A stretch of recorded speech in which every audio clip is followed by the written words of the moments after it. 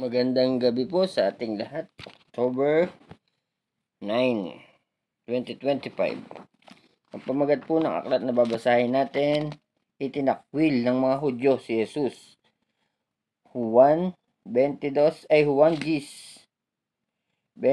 hanggang 42, medyo mahaba po ito. Taglamig na noon at kasalukuyang ipinagdiriwang sa Jerusalem ang pista ng pagtatalaga ng templo. Habang naglalakad si Jesus sa templo, sa portiko ni Solomon, pinaligiran siya ng mga Hudyo at sinabi sa kanya, "Hanggang kailan mo kami paghihintayin? Kung ikaw nga ang Kristo, sabihin mo ng maliwanag."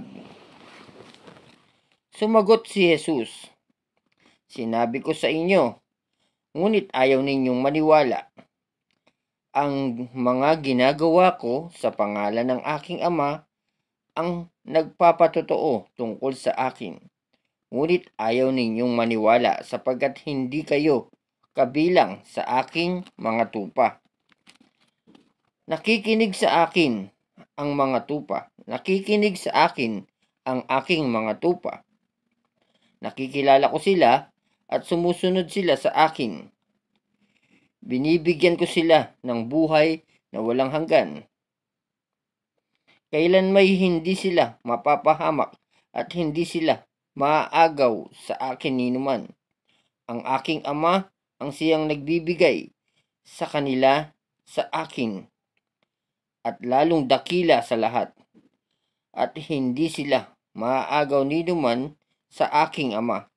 Ako at ang Ama ay iisa." Muling dumampot ng bato ang mga Hudyo upang batuhin si Jesus.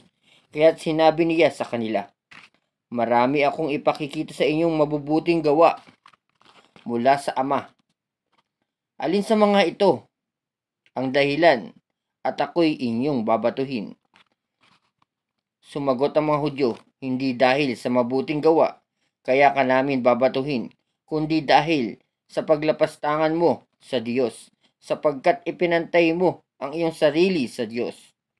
Gayong tao ka lamang." Tugon ni Jesus, "Hindi ba nasusulat sa inyong kautusan? Sinabi ko, mga Diyos kayo.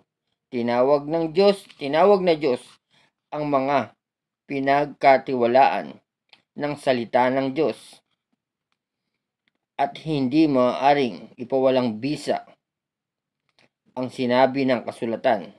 Ako'y pinili at isinugo ng Ama. Paano ninyo ngayong masasabing nilapastangan ko ang Diyos dahil sa sinasabi kong ako ang anak ng Diyos?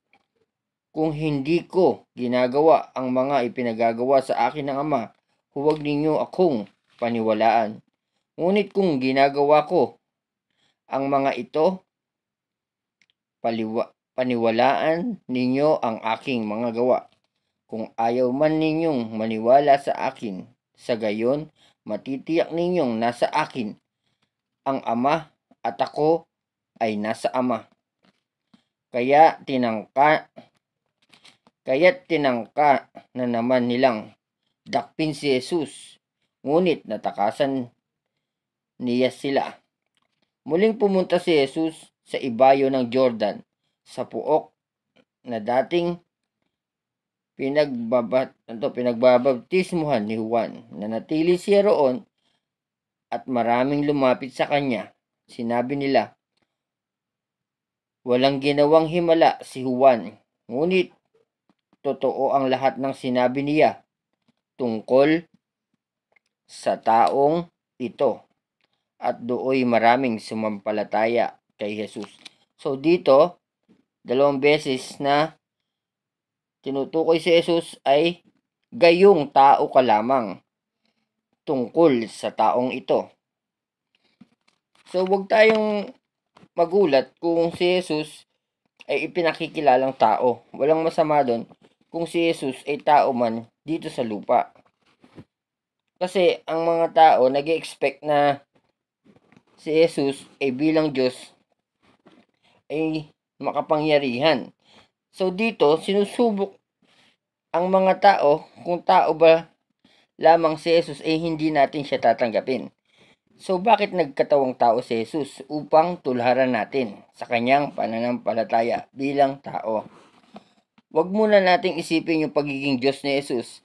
Ang isipin muna natin ay yung pagiging tao niya. Kung paano siya naging tao, dapat natin siyang tularan. So maraming salamat po sa ating lahat sa pangalan ni Jesus.